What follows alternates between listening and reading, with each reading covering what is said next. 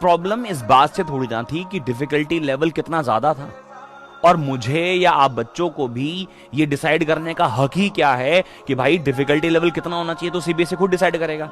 लेकिन सीबीएसई को यह भी तो सोचना चाहिए कि सारे सेट्स का, सारे रीजन्स में जो अलग अलग सेट्स हैं उनका तो डिफिकल्टी लेवल सेम करे।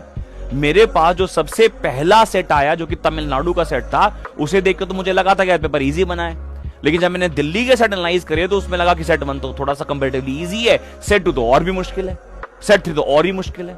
ये जो डिफरेंस है, ये जो डिस्पैरिटी है अलग अलग सेट्स में, ये बहुत प्रॉब्लम का सबब बनी है हमारे बच्चों में। देखो, पेपर उस बच्चे के लिए सच में बहुत डिफिकल्ट था जिसने आखिरी में पढ़ना शुरू किया था। हमारे यहां ऐसे भी बच्चे हैं जिनका पेपर बहुत अच्छा हुआ है, और वो कौन से बच्चे हैं? वो वाले बच्चे हैं जो पूरे साल में रेगुलर कंसिस्टेंटली पढ़े हैं। हाँ, उन्होंने भी बताया है कि सर वो जो charging and discharging of capacitor वाला क्वेश्चन था वो तो सर सिलेबस में ही नहीं था। यानी उस बच्चे को भी प्रॉब्लम आई है। ऐसा मैं नहीं बोल सकता कि हर चीज ऐसा थी जो टॉपर ने भी हमारे बोला होगा कि नहीं नहीं सर बहुत ही बढ़िया पेपर करके आया हूं। यानी कि डिफिकल्टी लेवल को जो एक लेवल पे लेके आना सारे रिसर्च में, ये शायद सीबीएसई भूल गया। दूसरा, CBSE sample question paper issue करता है अपने। उस सैंपल क्वेश्चन पेपर का अगर कोई भी एवरेज बच्चा भी एनालिसिस लगाए तो उसमें सेक्शन सी के अंदर 21 में से 15 नंबर के अप्रोक्सीमेटली थ्योरी और डेरिवेशन दे रखी है। तो बच्चा ये तो सोच के जाएगा कि 2025 का जो पेपर आएगा बोर्ड का वो भी ऐसा ही आएगा, बट आपने तो ऐसा किया ही नहीं। आपने सेक्शन ई के अंदर न्यूमेरिकल भी दिए थे सैंपल क्वेश्चन पेपर में, डेरिवेशन भी दी थी, हाँ थ्योरी भी दी थी, और जो न्यूमेरिकल दिए थे वो एनसीईआरटी बैक साइड से दिए थे।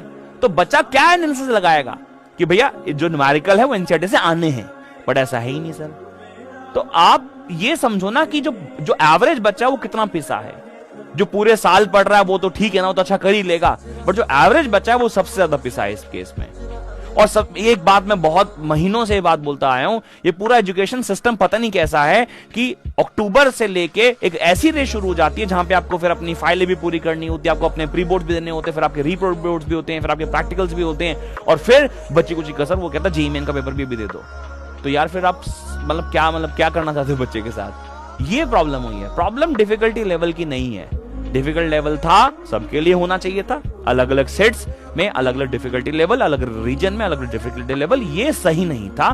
एवरेज बच्चे के हिसाब से टॉपर बच्चा, समझदार बच्चा जो पूरे साल पढ़ता है वो तो कर ही लेता है, वो हमारे यहाँ भी वो बच्चे ने करा ही है। लेकिन जो एवरेज बच्चा है उसके हिसाब से पेपर का लेवल सच में डिफिकल्ट था, और इसके लिए सीबीएसई को एक्शन लेना चाहिए कि भाई जो बाहर से जो क्वेश्चन था उसके लिए कुछ बोनस मार्क्स देने चाहिए, और चेकिंग जो है थोड़ी सी लीनियंट करनी चाहिए।